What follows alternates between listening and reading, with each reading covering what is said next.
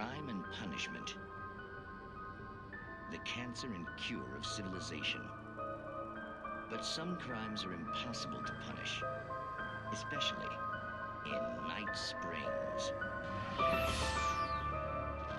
Tonight's episode, The Man in the Mirror.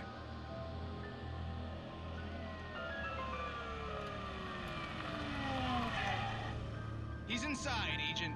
He's a weird one. So, you're confessing to killing that guy, huh? Why? Had it coming? Yeah, but why would you do that? I mean, you're a nice guy. Normal. Took your kid to a soccer game. So how come at the game, you pick a guy and, quoting from the arresting officer's report here, assault the victim's head area repeatedly with the weapon of choice being a pair of bare fists? Wow, that sentence really flows, huh? Maybe you're not the literary type. Okay, so you mess him up. But why? Who was that guy? We couldn't ID him. Why would a guy like you do him like that? I didn't like his face? Well, you must have hated it, because you really went to town there. I mean, there's no way to tell what he looked like. No ID on him either. That must be difficult. But then we ran the fingerprints. Got a match. Your prints. Identical. Huh, how about that? Your son said you were wearing a white shirt when you took him to the game. But the white shirt is on the dead guy. It's plenty red now. You won't get away with this. Do you really think that's in any way relevant to me? I had plenty of time to talk to my boy before the cops arrived, you know?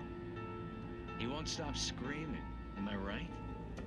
You think he's ever gonna be okay? I left my mark, believe me. You bastard. What? You gonna shoot me? What's the point? I'm going to prison. You got me. I don't understand any of this. And you never will. Don't worry. Maybe you'll see me again, Agent. Maybe in the mirror.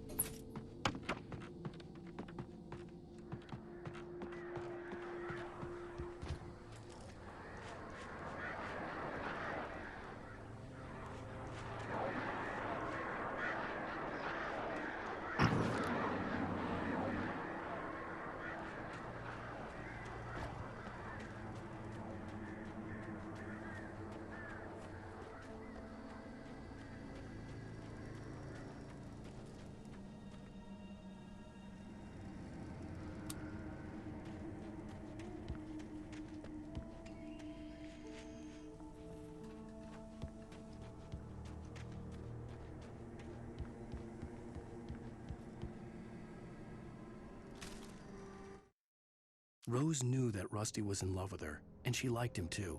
She liked him a lot. He taught her to dance, and life had certainly taught her the value of a man who was gentle. He treated her well, made her smile, made her feel good. But Rusty wasn't the prince of her dreams, and that tended to underline the unbearable truth. She was no closer to that Hollywood magic than he was.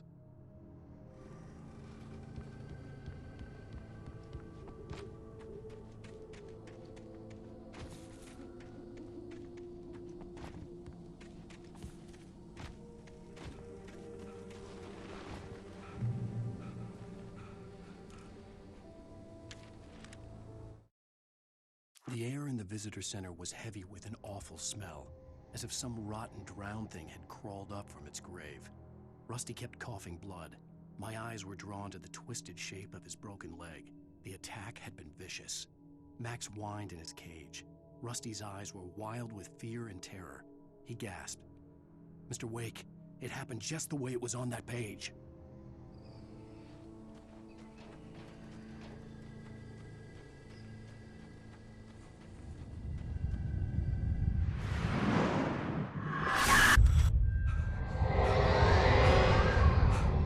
The vision left me weak. This was no head injury.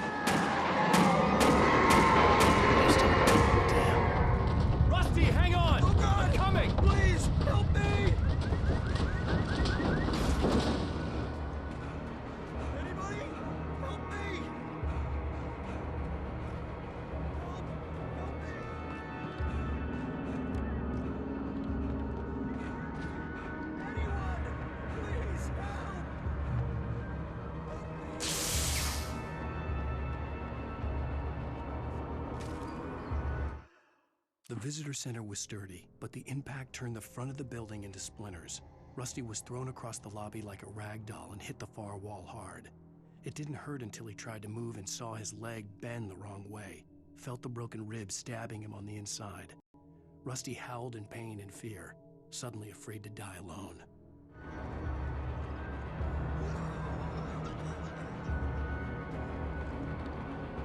The ranger's office was locked. I'd need a key to get in.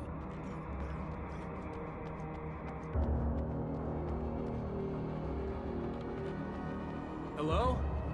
Back here. I'm back here. Hey, please help me. Mr. Wake? Oh, hell. It happened just the way it was on that page. I found. Came true. It knew. So dark. It'll come back for me. You must. The lights. In the office. I have the key. Okay, Rusty. Hang on. I'll be right back.